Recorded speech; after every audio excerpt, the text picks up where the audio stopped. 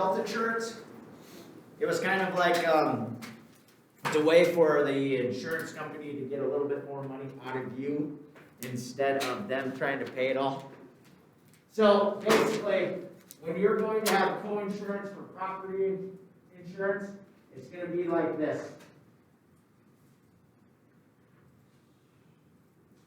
Where the insurance is stated by a percent of the property value, and this is usually at 80%.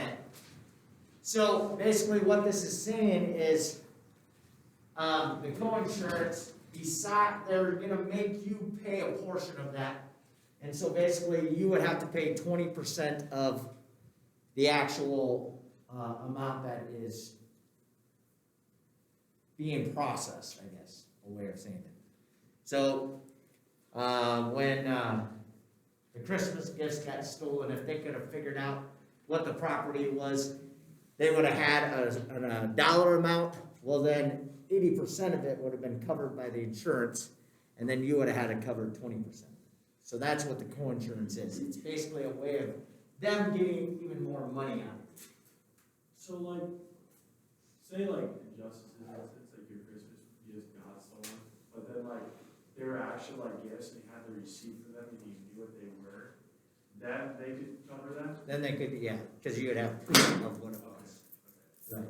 So in a sense, they got kind of screwed because of if it was a cash thing. So even if they would have like gift cards and they could have had a receipt for that or found a way of finding that, I think they would have gotten some help on that. So if you had like silver, like it's just been in a vault in the basement or something for a couple of years, someone stole that, would they like take into consideration like inflation or deflation, something like that? Who holds silver in the basement? You would probably have that. You would probably have that somewhere listed as a part of your property. I mean, if it's going to be that important to you to keep it in a safe, you're going to know how much it is. Okay? So, in a sense now, this would be one of the situations that instead of getting your premium and having your premium for the whole thing, you could go this route and have a co-insurance part instead of your regular premium. And if you have the co-insurance part or pick that kind of premium, it's going to be a little lower as the total, because eventually you're going to pay some of that portion instead of them paying the whole thing. So then obviously they're not going to charge you as much because they're not going to have to pay out as much if you have anything that you're going to claim. Okay, so here's the formula right here that you need to remember for this part. The amount paid by the insurance company is equal to the face value of the policy, so they would have to physically tell you what that is, okay, the face value, divided by the required amount of insurance. So that means what was your property actually worth? So you're going to take the face value divided by the required amount of insurance times the amount of the loss. So basically you're going to get a percentage after that, and then you're going to find it. So the face value, again, the amount of the property insured, the required amount is the property worth, whatever that percentage was, and then we would figure it out. So we didn't go through any examples yesterday, did we? Okay. So does that make sense what we're saying here though? So the co-insurance is just a different premium from what we talked about yesterday. Yesterday we talked about a premium where you would expect the insurance company basically to pay everything. But it's going to be higher than what this one is. This was a co-insurance, so you're responsible, I guess, for a portion of what you're claiming. And so your overall price that you would have to pay for the premium every month or every year would be a little lower. Okay? So let's look at examples of everything that we talked about. So we're starting on page 231. It says Nolan insured his home for $61,000, finding annual premium to the nearest dollar. Remember, it's always to the nearest dollar. Talked about that yesterday. he will pay for a policy that costs 46 cents per $100. So what's the first thing that I should do on these kind of ones? Exactly right. So you're basically asking yourself, how many units of $100 do I have in my property? And that's basically from whatever my property or costs. So 61,000 divided by 100, obviously we're just gonna move the decimal what? 2 places to the left. So we take 610 times 46 cents, and you get what? $280.60, but we have to what? Nearest dollar. Round to the nearest dollar, so we'd say what? $281. So again, what's this mean? What does that $281 mean? That's his premium, right? So, again now, that is for a whole year. So that's what he pays? That's what he pays to the company. Okay, what do you do? I'm taking 61,000 or whatever my home is worth and divide it always by 100. So I'm trying to find basically the number of units of $100 that I have in my home. So basically I'm just taking the number they give me and moving the decimal 2 places to the left. So I'd have had $610 times 46 cents. So my premium is $281. And again, most of the time when you do these kind of things, you're gonna pay that premium once a year. So it'll come up and at the beginning of the year and you'll just pay it. If you would want to, you could get it in monthly payments, but I know just recently, a year or two ago, my dad made me switch to a year annual payment, and it went down a little bit. So if you can pay it in one lump sum, you actually get a break on it. So think about that in the future, okay? So pretty much the same thing in B, right? $318, yep, for letter B. Then remember when we were talking about the living close to a firehouse or whatever? Look at on the little chart on page 231 on the bottom, the blue one. So if you had coverage along the left-hand side, and then you were less than 5 miles compared to 5 miles or more, you know, look, it's $18 for the first one. And just about $20 for the second one, and so on and so forth. So it does make a difference if you live closer and closer to a fire station. So that would be the amount that you have. Maximum amount of coverage on your contents. So again, this is renter's insurance. So this would be like what I would have. So if I wanted to have $30,000 worth of insurance, that would be my premiums. Oh. Depending Oh, on. so you choose which one you want. Right, you choose what you want. So if you didn't have a whole lot, maybe you only went with the $5,000 account. Okay. Do you usually want to go higher? My dad always says you try to buy as much as you possibly can. So what? And again, that's totally with what you can afford. But he said at any time, car, house, life, whatever, try to get as much as you possibly can for your money. So you're always basically covered to the max of what you can afford. Now, don't push yourself, you know, but always try to get the most. Why do you round to the nearest dollar? I have no idea. I would guess just to make it simple, so they're not worried about pennies. Wait, your dad is the insurance agent? You said? Yeah, So he knows this stuff. he knows this stuff, yes. I've actually had him come in and talk for a couple of classes. So turn the page. Do we have to use this chart in the homework then? Yeah, I think possibly. So letter C, Ed and Kathy Bosch want to insure their apartment's contents for $25,000. In addition, they decide to insure jewelry appraised at $3,000 for an additional premium of $31. They live 1 block from the fire station. Find their total premium for the year. So, Mr. Nillis, there you go.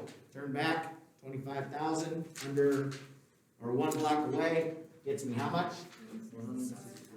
$165, and I have to add my $31 for the extra jewelry, so we get a grand total of $196. So we just leave the 3,000 alone? Oh, They're just saying their jewelry is worth $3,000. So yeah, that doesn't really mean anything to us, but that's, so they got this premium, this amount was because of somebody coming in and telling them it was worth this amount. So if this would have been 5,000, this might have went up to $35. If this was only 1,500, this might only been $27. What happens if, like, insurance companies run out of money to give people? Like, if there's like a disaster, like, something really bad happens to a lot of people that have the same insurance and they have to get a lot of money, can they like run out? Yeah. Then what? They can't pay the people? Well, insurance companies actually have insurance from like another They company. do. Yeah. Yeah.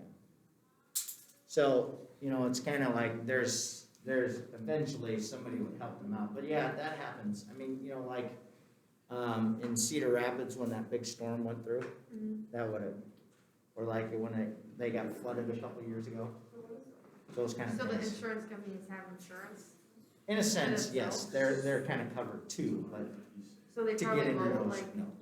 And then that's where, if a lot of people make claims on one particular business, that next year, your rates would go up. Because they gotta try to make that money back, oh. you know what I'm saying? So, like, for instance, our health insurance this year went up as a whole for the diocese because there were, I know this is gonna sound weird, but there was a lot of people in the diocese that had babies last year. So like, they used their insurance a lot throughout the diocese, so then they had to make that back up, you know, coming around the next year, so all the rates went up. Why does the diocese, what does the diocese have to do with that? Well, because we have one, like, plan for the entire diocese. The schools that are in the diocese, Oh, the Catholic schools, Oh. the Catholic schools. So that's where we get our I thought insurance. you were talking about your personal insurance. No, no, that's no, what I sorry. want. Yeah, well, I get my insurance through the diocese, basically. So, but yeah, the diocese has one plan for all the school in that. So you can be a part of that, and then you pay that amount. So, but, like I said, there was a bunch of people that used it last year, whether it was having, you know, ladies having babies, or, you know, there was a couple, whatever, accidents or whatever. So that it was used a lot, so then our rates went up. So after it goes up, can it go back down? It could go back down. Probably not, but it could. And then normally, like, year in and year out, they're always gonna raise it a little bit because of inflation and everything. You know? Okay? Plus, Yes.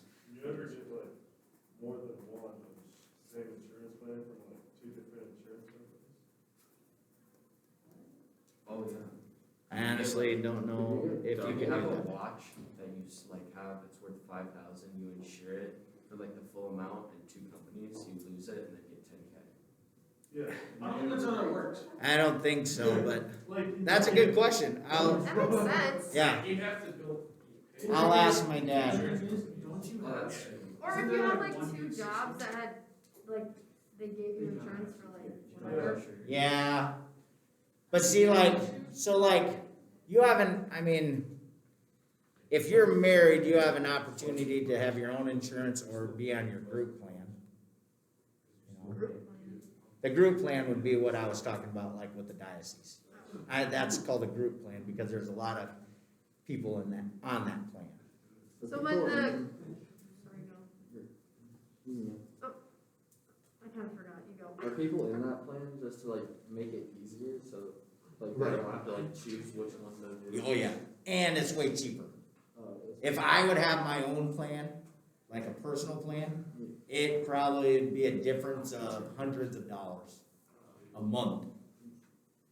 So if you ever have a chance to join a group plan, you want to be a part of that, So you, instead of getting wait, your can you own explain individual the plan. group plan? What? Can you explain the group plan?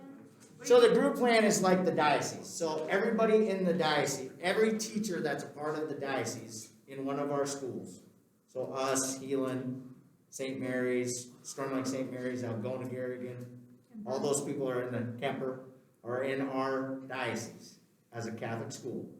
So that we're all in a group plan together. Meaning there's one rate for that person. So if all of us are teachers, you have a choice to be a part of that plan.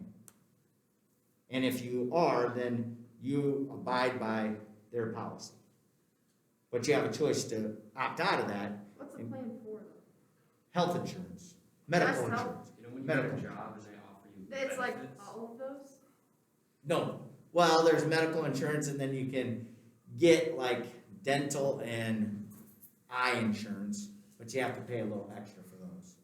But your basic medical insurance, and it's a really nice plan. But like I said, if I had to do that same thing by myself over here, instead of being with this plan with everybody, my rate would be, let's say $75 a month here. My rate over here would be $300 a month. So is it like one To be on my own big plan. and everybody kind of pools their money? In a sense, yeah, that's what happens. So that's where it gets a little lower and lower. You're kind of like splitting it? In a way, yeah, yeah. So again, anytime, like, that's a big thing when you're looking at jobs. If this job right here pays more, but doesn't give you medical insurance, and this one does, I would go with this one in the group thing. Does that make more sense?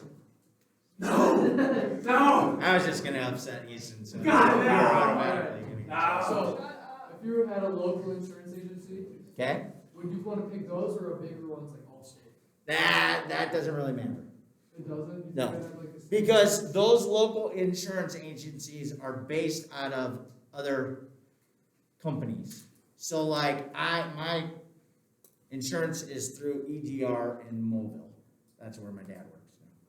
But, so they're like into a bigger one to like Perspective or, you know, the things that you've kind of heard of.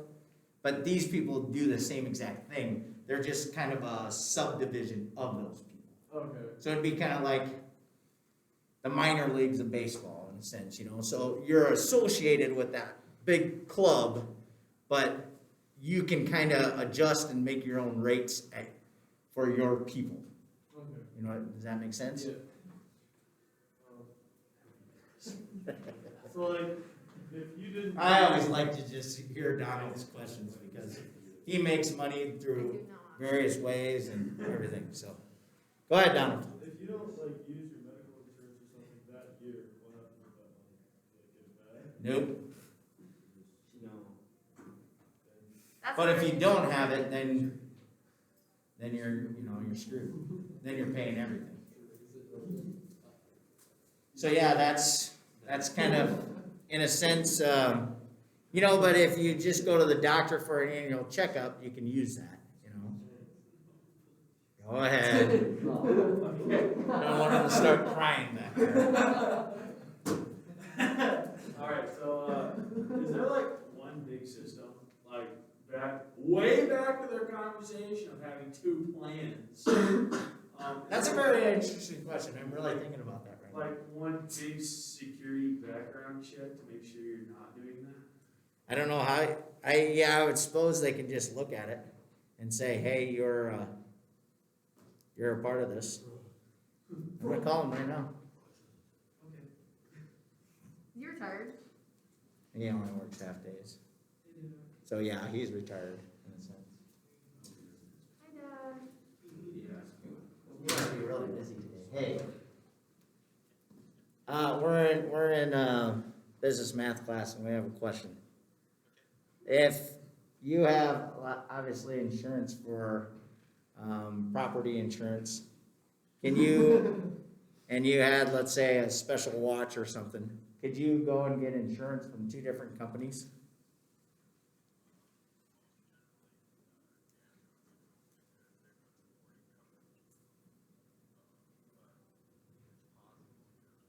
Huh, all right.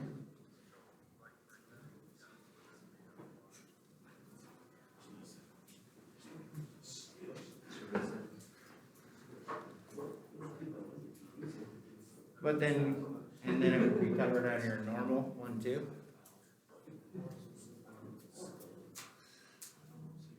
Oh.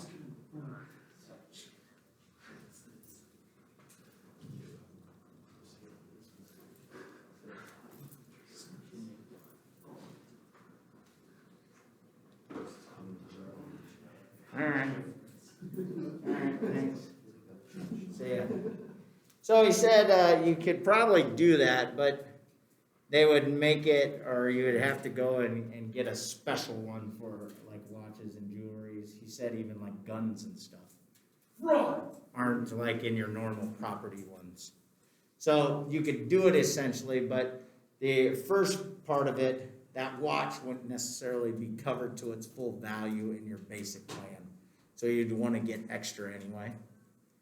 So it's kind of covered in two different ways, but he said the first part wouldn't actually get your whole watch back. You would only get a part, essentially a portion of it.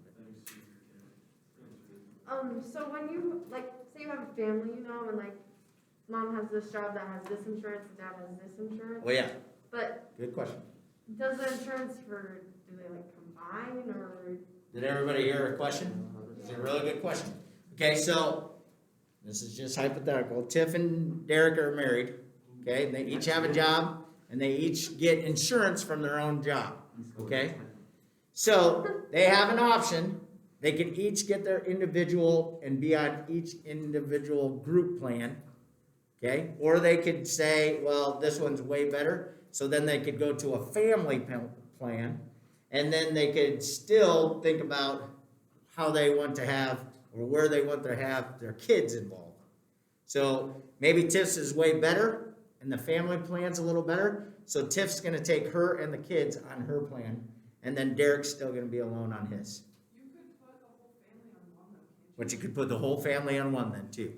And then basically, if that would happen, so they figure out that Tiff's is way better.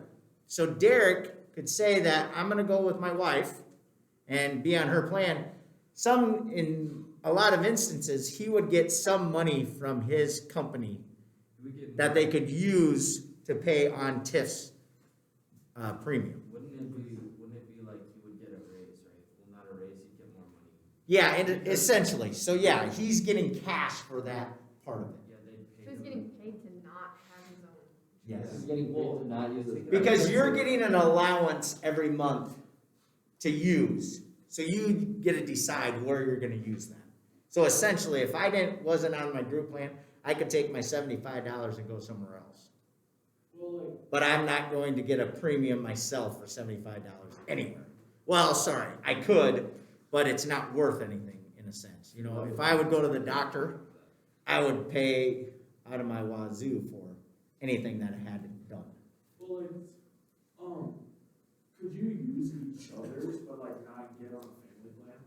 Like, say Tiffany has really good eye insurance, but like Derek has really good doctor's insurance. No, You couldn't. no. That's a good You can't question. just pick and choose. Right, you can't just pick and Well, it's choose. not picking and choosing. Tiff could pick and choose for like her and the kids, and Derek could then go on his own, But or could his you- own. But then, so then, in most cases though, if Tiff's has, like eye insurance and dental insurance, no matter what, you're gonna probably have to pay extra for those anyway. On any plan. No matter if you're single or not. So like me right now, I just take the basic coverage. I don't have dental insurance or eye insurance. So could you do like one kid on one plan and the other on the other? Yeah, because then he would just say, yeah, I'm gonna take Johnny and you're gonna take Mary and have But you that. couldn't have Yeah. both of their insurances, Can't pick and No. choose. their kids, so the kids can only be covered by one of the parents? Right. Oh, So if one of the parents like doesn't use like they transfer over to the other person's insurance, then they would get like. You would get like a for not- stipend in a sense. what if they're divorced? For not using your benefits or. Right. Oh, what if they're divorced? If they're divorced, then I don't think they would be able to go together. But how would the kids? The kids they would They'd have to still be make under one? make a decision. Are they under Tiff's insurance or are they under Derek's? Then who would have to pay Or that? they could be Well, that's up to you. I mean, then you would just get a bill, and if a part of your child support was going towards that, then you would pay it that way. You know what I mean? Essentially, if you decided that you were gonna go under TIFs, TIF would get that bill, but, you know, who's to say who's paying it at the end, you know? But yes, so if you totally declined your insurance, you would get, in a sense, kind of like Justice said, a raise every month because you would get that money back. If they're divorced, so they, like, say they were married and then Derek was under TIF's insurance and then they got divorced, would Derek be taken off the insurance? Yes, I would assume so, but I, again, couldn't tell you that for sure. I'm gonna raise my own focus.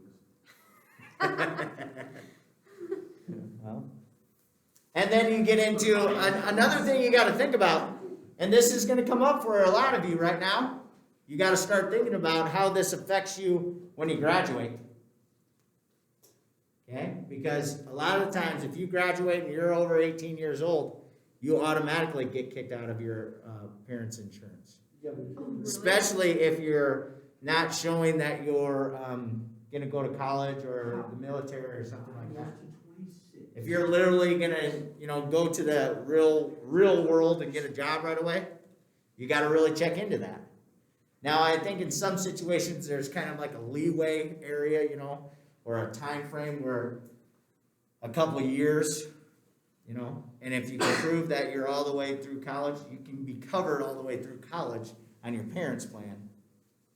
Okay, but you just gotta be careful of that, so make sure you start, you know, looking into those kind of things, because a lot of you will be in that situation But for shortly. a lot of those things, don't you need a job to have those kinds of insurance? The group plan, yes, but Can like, you just buy your own medical insurance, or don't you have to be part of like business or something? yes, you can buy your own medical insurance again, but it's gonna be 3 or 4 times what it is over here. So like right now, if I wanted my own medical insurance, I would pay probably $350 a month to be covered. Whereas in this group plan, I'm only paying $75. It's nice. So yes, again, if you have a chance to have medical insurance, you gotta really think about that job compared to the other one. Okay? Hey, good questions. Page 232. Sorry, We already did that. up on top, E and F. So do they have to give you like a paper that gives you all of your benefits? Like, Yeah, they would explain that to you. Yep, sure. I didn't know if they'd have it like a piece of paper, like. Every time, so like every year for us, our contract would show us what we get. Okay. Yep. All right, so D is basically like C. Do we want to go through that one? That's just using that chart again. Okay. So letter E says, how much will an insurance company pay for a loss of $10,200 if property is insured for $18,000 with a $250 deductible? So here's the question. This is basically, now we're getting into our claims, right? We're claiming that we had a $10,000 claim. Our property was insured for $18,000. So, is the claim covered under our policy? Yes. Yes, because we're insured for $18,000 and it was only $10,200. So how much do we pay? 250. We automatically have to pay the deductible every single time. So that's $250. So then, what does the insurance company pay? Minus 250, right? So $9,950 would be what the insurance would have to cover. And then again now, so then let's just say we have another one on the same exact policy. We're still in letter E. The next week, we crash our car again. Okay? Don't laugh about that, because Cause I did that. some of you, yes, I can already see it. So now, Molly goes back again, she gets another claim and says, now it's $10,200 again. Does she have to pay her deductible again? No, because once you pay and get the deductible cleared out, then the insurance should pay everything else.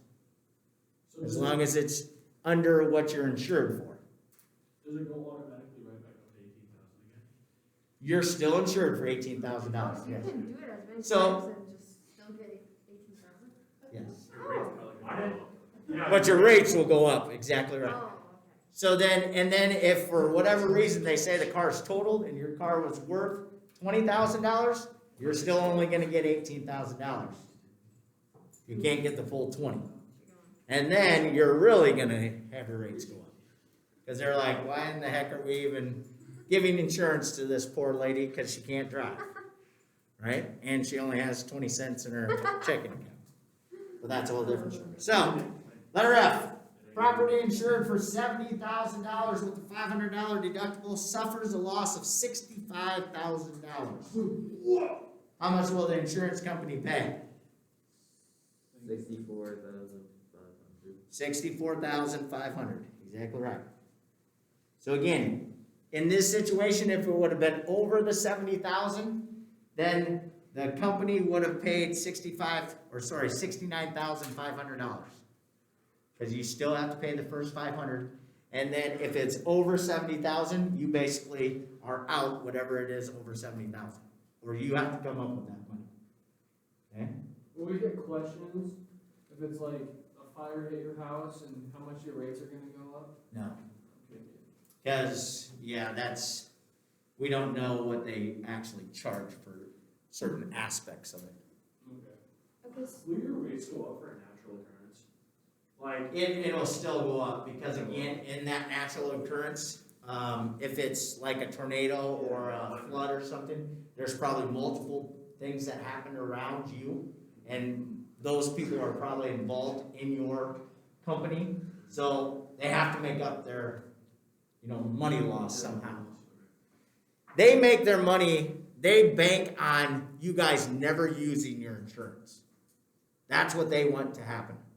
Because you're all paying your premiums, or we are, and if we never use it, that's just them getting money, right?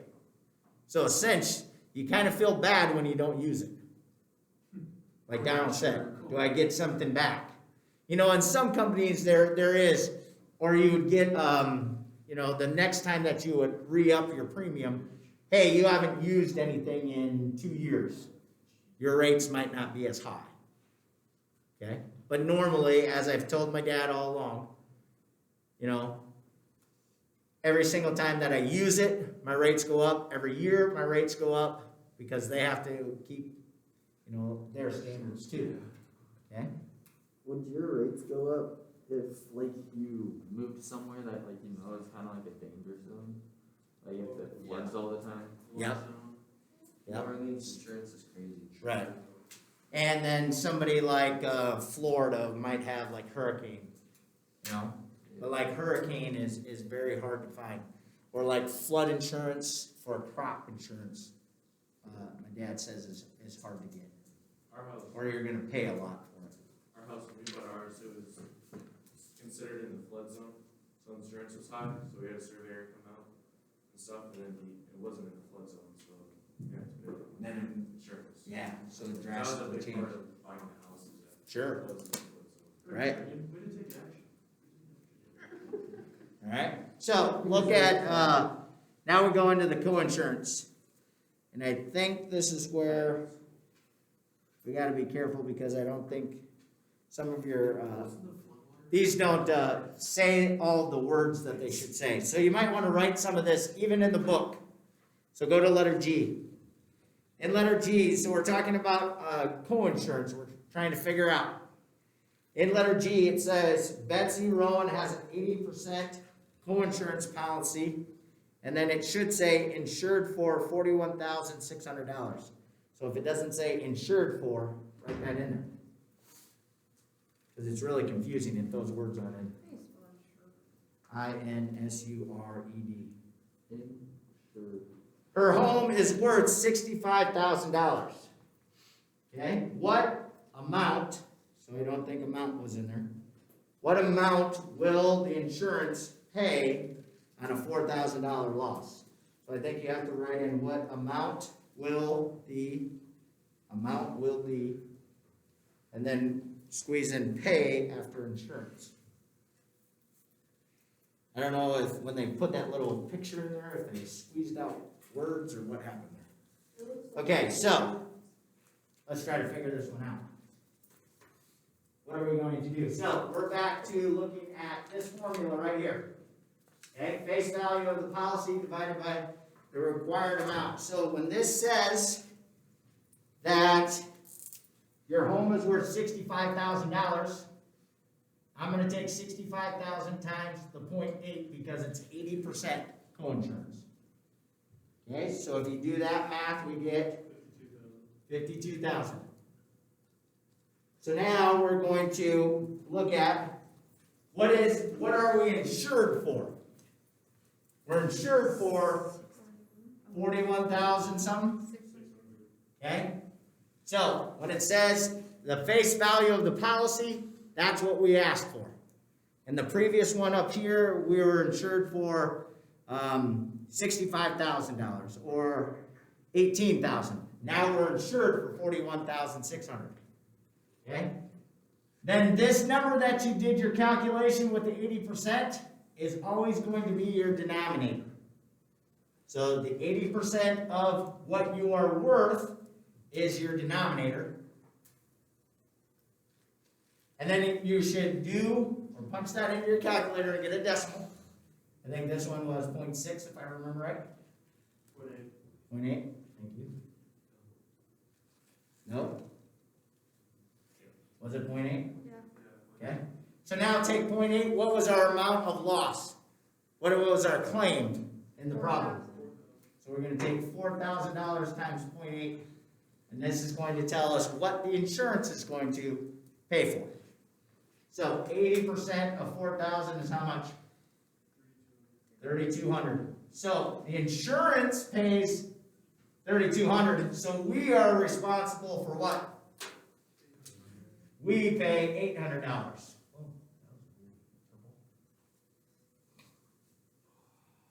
So again, when we get into the co-insurance policies, we know right away that we are going to have to pay more for it, so the overall premium to us would be a little cheaper at the beginning, because we're going to be responsible for a lot more.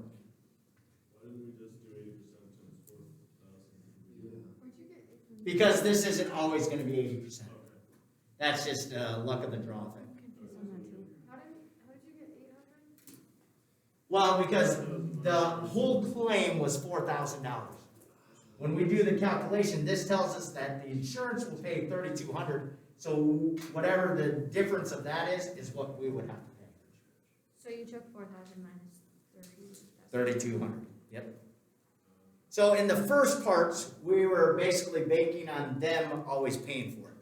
When you get into co-insurance, we would get into something like this, where you would actually have a portion of it before, or even if it was under what you were covered for. Where'd you get the 52,000 from? Because we signed up for an 80% co-insurance policy, and we put it on our property, which was $65,000. So I would take 65,000 times 0.8. And what's the number called, the 52,000? This is basically the required amount of coinsurance. So this is basically what our policy really is because of the property that we asked to cover. All right? So let's try H. H says Casey's home is worth $90,000. This is where, again, it's screwed up. He is on an 80% coinsurance policy for, so this is what you should write in, for $46,800. What amount will insurance pay on a $42,000 loss? So you need to write in will insurance. Okay. What was the first one you had to write in? $46,800. So what are we gonna do? So how much is our property worth? 90,000, right? So take your 90,000 and I'm gonna multiply that. How much is our coinsurance policy? 80% again, right? So somebody take 90,000 times 8%, 72,000. and this is gonna be my what?